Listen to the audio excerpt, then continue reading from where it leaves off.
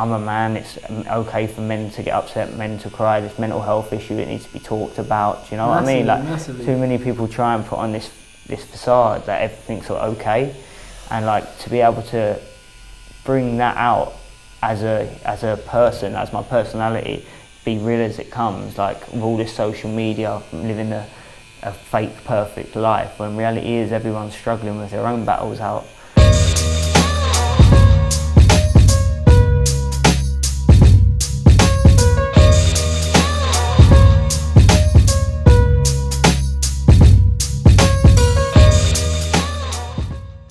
What's up? Welcome to Tatt Chat with Boohoo Man. Today I'm with WBC flyweight champion Charlie Edwards. What have you got in the pipeline for, I guess, with 2020, because it's already fucking nearly the end of 19? Well, I've had a busy, I've had 3 world title fights back to back now, and it's not just the fights that take out of you, it's like all the weeks of prepping, training. I've lived in the gym all the time to have a little kind of sort my life out outside of the gym. I've just moved into my first house. Sick. So I've got a lot of things to sort out like in my life.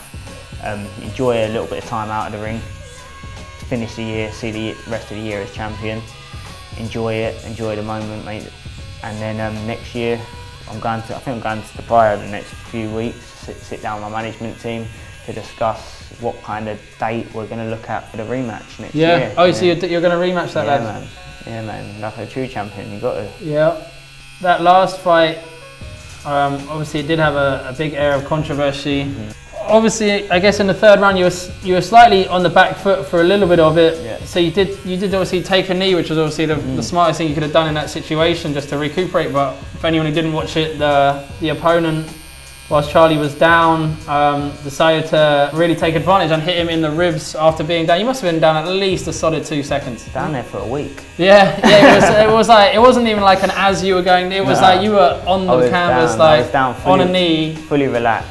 And then he just, like, literally it was just a cheap shot, really, is the only way to describe it. He took the soul out of me, for sure. It was just a bizarre fucking thing to watch, because it's just unnecessary, it's you a mad fight. Like, I believe the first round was close. I believe I did win the first round. I won the first 2. I was up 2 rounds on the scorecards, on the judges' scorecards. So going into the third round, started getting my distance a bit more, and I had a bit of success.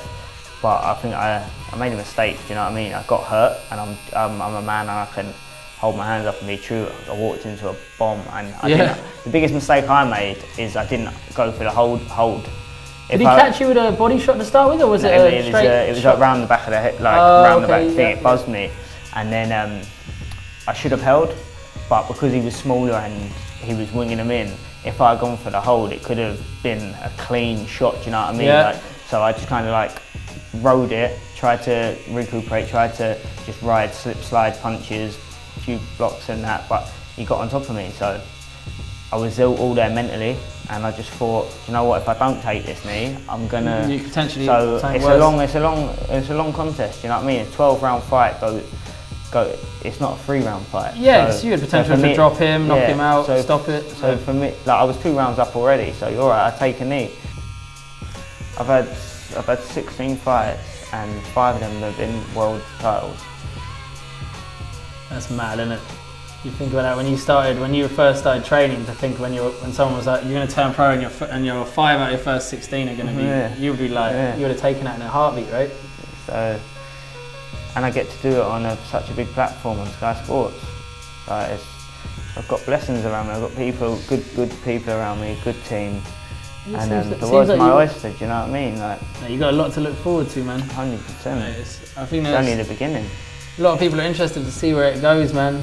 It's going to be fun watching you go up through the weights as well. Yeah. I'm really new challenges, new goals. It's probably a question you've been asked, but if you had to pick one of them out of the, I guess it's 4 now. I'd have to pick Fury, Tyson Fury. Yeah, right. He's just his movement. He moves like a flyweight. Yeah, he's what. And the things he does are just scary, amazing. It's so natural. Nothing's forced. And to be fair, I love him because of his inspirational story, man. He was down on the bottom, like suicidal, come back from all that mental health illness, put on all that weight. Yeah, and then in the next year he's in front page of the GQ magazine. Yeah, I think he did do the GQ. Crazy. And he's such a nice, humble, down to earth guy. You've met him quite a few times? We were the same management team. Oh, that's right. What age did you decide you wanted to be a professional boxer, man? When did it sort of all click that you were like, that's it, that's how I am going to make a fucking living. I'm not going to take no for an answer and just fucking had it. And how did it all happen? Do you know what? I started boxing when I was 11, yeah. So I was short and I was like proper puppy fat, do you know what I mean? Like little man boobs and that, and I would never take my t-shirt off. So I done it just to lose weight. Oh wow. And then I kind of like got the bug for it and loved it. Started having fights and it just took off for me. Like when I was 11, I was just boxing locally around the local area club. Then I moved from club to club and started travelling. My dad used to take us into London. Ended up at the Repton Boxing Club over in Bethnal Green. That's where I finished my amateur career.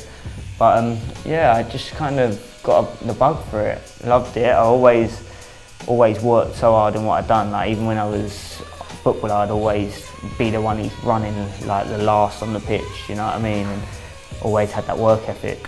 So boxing just was for me the pinnacle sport because it's solo sport, you know. It's like it's all you. They say like, once everyone leaves the ring, it's like a very like eerie feeling for a second, right? Yes, it can be a very lonely sport as well. Like it's not all glitz and glamour like everyone thinks, you know. Like away from the lights, the camera, the action, like you're just living a like prisoner's sort of lifestyle, you know. And like you've got to, because if you're not, the next person is, and they're coming for your title, your glory. Do you know what I mean? And I suppose boxing's a beautiful sport because it's a short-lived career as well. So I'll be in it for like probably another 5 years, and then I could be financially secure for life. You know? And then I go into other things and other ventures and stuff like that. So it's like it is worth putting the time and the effort in, and I just think. Do it now, do it 120%, give it everything, and then when you get to the end, then you can enjoy all the little things in life, you know. How much do you think about life after boxing? Yeah, like I like to inspire the younger generation coming through, you know.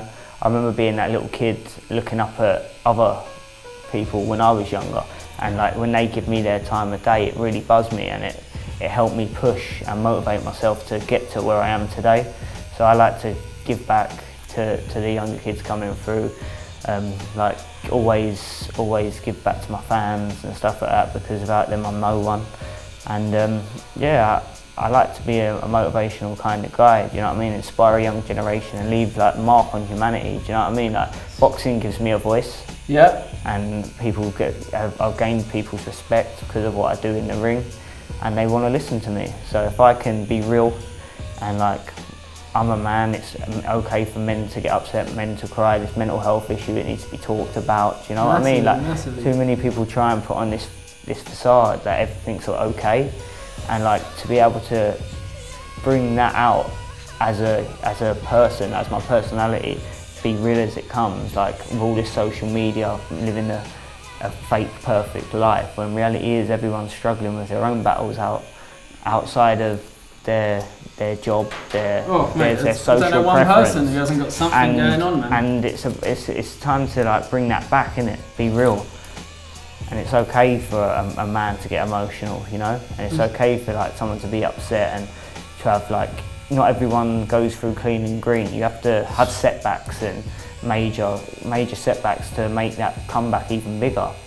And that's the way of the world, and if you can show that to the younger generation coming through, that can change things. Because back in the day, like you didn't even think about mental health, it weren't really talked about, or anxiety and that, but now because of these phones, because of these Instagram, because of all this, the kids, I feel so sorry. Like I was in a generation where there weren't the phones, and then there was the phones and the social media. But now, like, imagine like the bullying going on online and schools and stuff like that. It's crazy. I think so much about what you post, even what's going to get talked about in school. Like, that's why on my socials I try and be as real as they come. Do you know what I mean? I speak from the heart. You're positive on there, you know, and you're open. And I think what's cool about your social media is that you're in a position that people would say Charlie Edwards and Mary would think tough, hard bloke because you get in the ring and you try and put someone on their arse for a living. But you know, the reality of it, you know, you said like all of us. I'm soft as shite, really.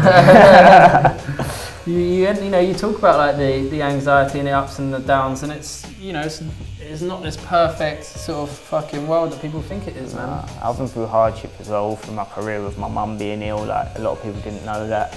Like my whole pro career. That's something you talk about quite a lot now, or it's quite publicised now. It was nothing that I wanted. I didn't really ever want it to be publicised. Like, it's been a long journey for me. Like my second pro fight, my mum fell ill, and since then it's been like 4 years deep, and it only come out when obviously I won the world title, and Eddie asked me about it at the press conference, and I nearly burst out crying. The press conference like choked me up, and.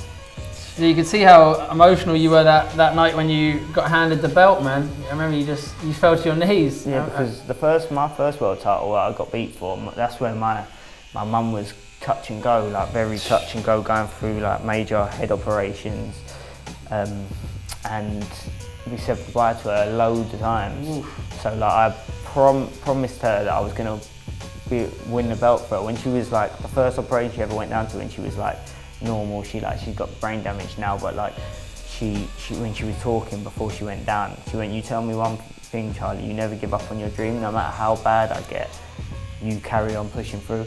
You never give up, and one day you're gonna be a world champion." And I promised her then I'm gonna win it for her, and I didn't win it, and that's what broke my heart more than anything the first time round.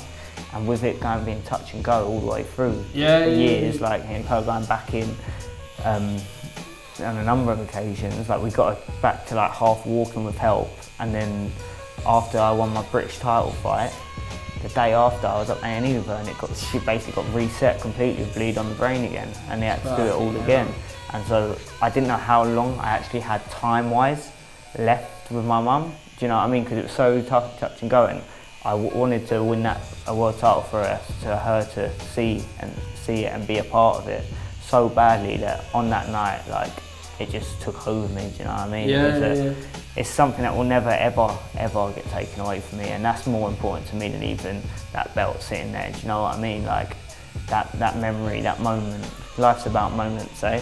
And that's all that you can have in life. Is so proud, moments, and that will go down with me forever now. You had any sort of fine line tattooing done before? No, I've never. Never. Detailed, but not fine line. I didn't even feel that before. You only get put it on. It's honestly not that sore at all when you do the fine line stuff. That detailing stuff, like on my chest, killed. Oh. Bad. What did you have on your chest? What? Oh, is it a raven? It's eagle. Oh, sick. Killed. When it vibrates on that chest bone. Oh. Yeah, jeez.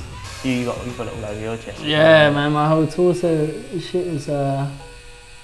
There's times when I was doing my front where I was just like questioning myself. I was just like, through it. No, you know, it was one of those ones where it was like, why am I doing this to myself? Yeah. Like, I'm literally here and actually choosing to be in this pain. How is your hand feeling? Yeah, it sounds. It's all good, right? Yeah. It was easy, that was. Oh yeah, give you a quick clean. Let you check it all out, brother.